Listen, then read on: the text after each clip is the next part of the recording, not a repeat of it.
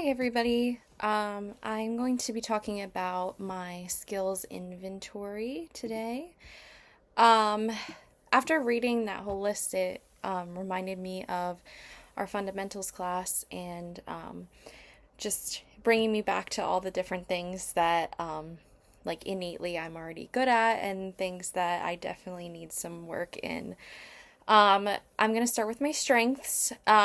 So as far as like getting started or getting a session started or a group started, I'm very good at setting the tone.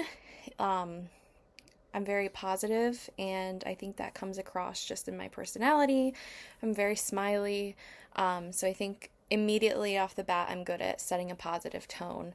Um, I'm pretty good at trying to get, especially kids, I work with kids on a daily basis, getting them to be more comfortable with each other, be more comfortable with me. The first session is always pretty awkward, but I'm pretty good at getting them to break the ice and just, you know, feel the awkwardness. And it's okay to be a little awkward the first time, but just knowing that everybody kind of feels the same way and it makes it a lot easier and better.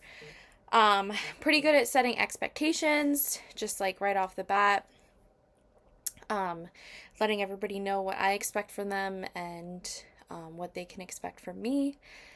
Um, Going back to what I said about the fundamentals class, under the basic skills category, I'm very good at active listening. I always have been. I've always been like the friend that, just listens. So I'm really good at that and like actually being interested, not just seeming interested. I'm very encouraging and supportive. I think that also ties into my ability to have good eye contact and body language.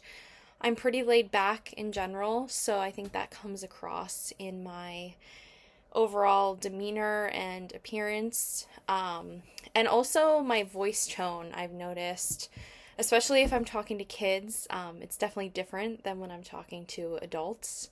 It's much softer and quieter, higher pitched.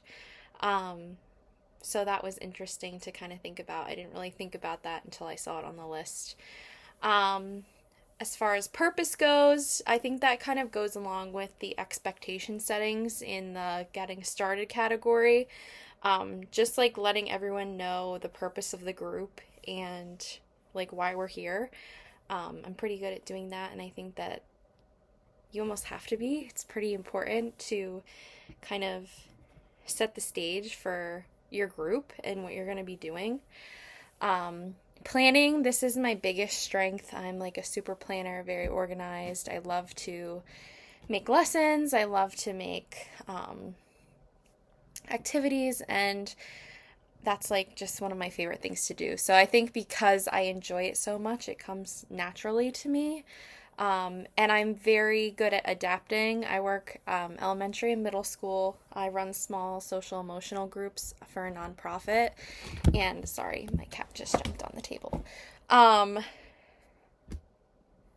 Sorry. And I'm very good at adapting because you have to be when you work with kids. There's always, somebody doesn't feel good, so you have to stop the lesson and take them to the nurse, or your time gets cut short, or there's a fire drill, or somebody's having a meltdown. You have to be able to adapt and, still get your lesson across and your purpose for your group across, but you have to be able to adapt. So I think just through experience and working in a school, I'm able to do that pretty well. Um, Focus. I am pretty good at trying to get kids to focus, like redirecting, I guess, for the first time at least. I'll talk about that a little later in the weaknesses. For rounds and dyads, this part is always kind of fun if you're like pairing kids off. You can kind of pair somebody really quiet with somebody super talkative, or you can pair two quiet kids and kind of make them come out of their shells a little bit. That's always fun, and I think I do a good job with that. Closing, I'm really good at tying things together and just kind of, making it all come to fruition. Dealing with problems, again, I said I work in a school, so dealing with kids crying or having a meltdown or being upset at something that was said in the group. I'm pretty good at dealing with that, and just distractions because, like I said, in the planning section, there's always distractions with schools, and there's always something popping up or somebody coming to the door or a fire drill, stuff like that. So I'm pretty good at kind of dealing with that. As far as my weaknesses, I do get pretty nervous and anxious when I'm starting a group, and I'm trying to be mindful of that, but I think it still definitely comes across just because I might be talking fast or getting red or feeling like the awkwardness in the room. So I think that is something that is hard for me. Um, Drawing out can also be hard for me if there's like a quiet kid. It can be hard for me to like initially get that going because I'm also feeling a little nervous. Um, Under my basic skills, this is something that I struggled with in my fundamentals class. Asking clarifying questions that are like meaningful and intentional and have the purpose that I want them to. I'm good at asking the questions. It's just like coming up with meaningful questions that really make the client reflect, especially in a group setting, because I feel like sometimes in a group setting I just get overwhelmed with how many people there are, and just like having to attend to multiple people at once can be overwhelming. So that's definitely something I can work on. Purpose, just bringing back purpose and also focus. These two kind of go hand in hand with me. Bringing stuff back. So, if I can get us on task to start, but if somebody like derails us from our task, or takes us on like a bunny trail, that's something that I have a harder time with, like getting us back on track, kind of redirecting. Just because I think I'm very not timid. I don't want to like hurt anyone's feelings, and sometimes I feel like if I'm interjecting or interrupting, it can seem rude, and I know it's not through this class and other classes that we've had. It's just something that I have more trouble doing than others.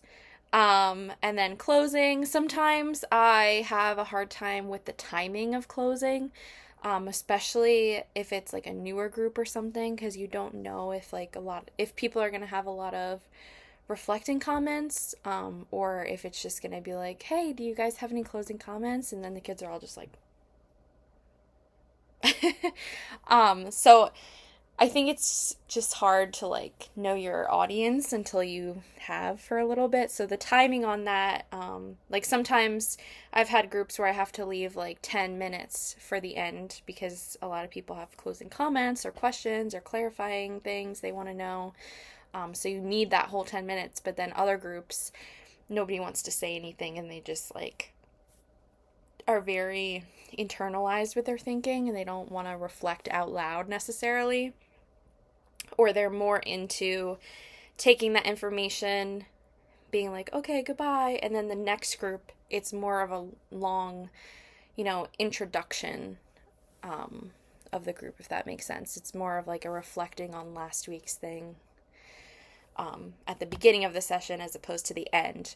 And then problems that I struggle with, if I have somebody who's dominating the conversation, again, I think this is just like I have a hard time interjecting because I don't want to seem rude or that I don't think that their opinion is valuable. But as the counselor and facilitator, you need to be able to do that to allow other people to speak. It's just something that I've always been kind of shy about doing. But that's all. Thanks.